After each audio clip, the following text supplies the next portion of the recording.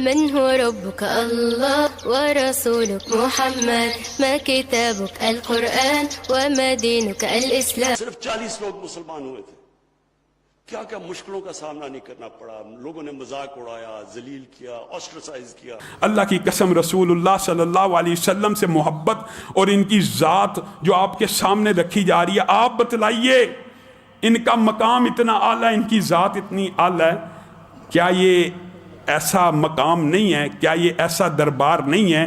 کیا یہ ایسا مقام نبوت اور رسالت نہیں ہے جہاں پہ احترام کیا جائے، جہاں پہ الفاظ سوچ سمجھ کے ادا کیے جائیں؟ عبداللہ ابن ابی منافق نے نبی کریم صلی اللہ علیہ وسلم کے ساتھیوں کے بارے میں صرف یہ الفاظ کہے تھے، صرف سن لیجئے، اللہ کی قسم درد دل سے کہہ رہا ہوں، کسی قسم کا سیاسی اختلاف اس کو مد نظر رکھ کے نہیں کہہ رہا۔ کیا کہا تھا عبداللہ ابن ابی نے؟ کہا تھا نا مدینے پہنچ کے ہم عزت والے ذلیل لوگوں کو نکال دیں گے، نعوذ باللہ۔ اللہ نے پے در پہ قرآن میں آیتیں نازل کی کہ عزت والا صرف رسول اللہ صلی اللہ علیہ وسلم، ان کے ارد گرد جو مومن ہیں وہی ہیں، منافقین ذلت والے ہیں، حقیقی رسوائی اور ذلت ان کے مقدر میں ہے۔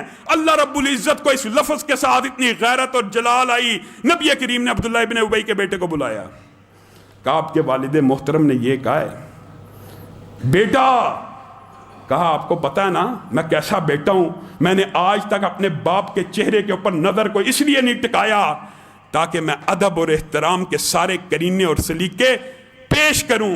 آپ کو پتہ میرا باپ آواز دے میں لبیک کہتا ہوں، میں اپنے باپ کا ایسا احترام کرتا ہوں، اس کے پاؤں میں جوتے رکھتا ہوں، اس کی خدمت کرتا ہوں۔ اما فیکا لو امرتنی لقتلتہ۔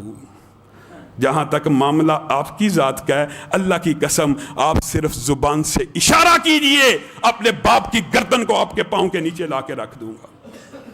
اتنے الفاظ کے اوپر نبی کریم مسکرانا شروع ہو گئے، کہا نہیں یہ معاملہ تو اب اللہ کی عدالت میں ہے۔ نبی کریم صلی اللہ علیہ وسلم نے اس وقت عبداللہ ابن ابی کو قتل اس لیے نہیں کروایا کہ لوگ کیا کہیں گے کہ نبی کریم اپنے ساتھیوں کو قتل کرواتے ہیں، کہتے ہیں نہیں مقصد یہ نہیں تھا، مطلب صرف بتلانا تھا۔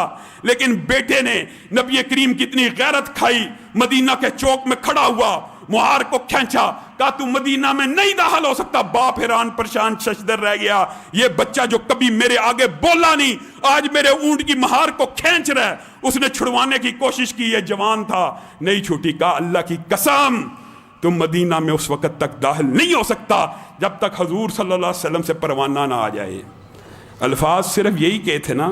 آج ہم اسلامی ریاست میں ہیں، ہمارے ملک کے وزیر اعظم، ہم سمجھتے ہیں صدقے دل سے ہم ان کو مارجن دیتے ہیں، مارجن، کہ ان کی اردو کمزور ہے، ان کو معافی ضمیر کا اظہار کا سلیقہ نہیں ہے۔ لیکن یہ کیا طریقہ ہے کہ ہمیشہ اعلیٰ ہستیوں کے مقام کے اوپر آپ کی زبان پھسل جاتی ہے؟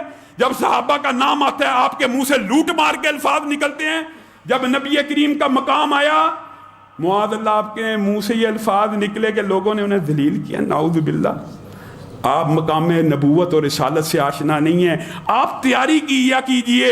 آپ نے جب کسی اسلامی شخصیت یا ہستیوں کے بارے میں بات کرنی ہو اس سے پہلے ٹریننگ لیا کیجئے۔ اللہ کی قسم مقام رسالت اس بات کا متقاضی ہے۔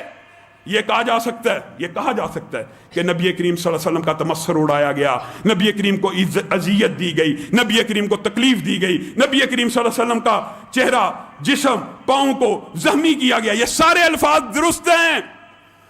لیکن اللہ کی قسم 1400 سالہ تاریخ کے اندر کوئی محدث، کوئی امام، کوئی تابعی، کوئی صحابی، کوئی ایسا بندہ نہیں آیا جس نے کہا نبی کریم صلی اللہ علیہ وسلم کو ذلیل کیا گیا۔ آپ نے یہ کس طرح ڈائلاگ ادا کیا؟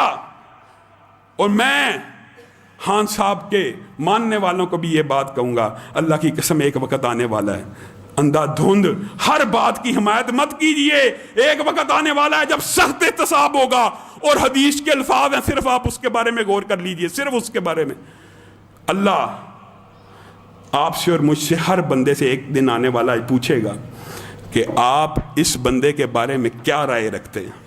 کیا تم یہ جواب دو گے کہ ہم اس کے دین کے خلاف باتیں کرتے تھے، ہم مولویوں کے خلاف باتیں کرتے تھے؟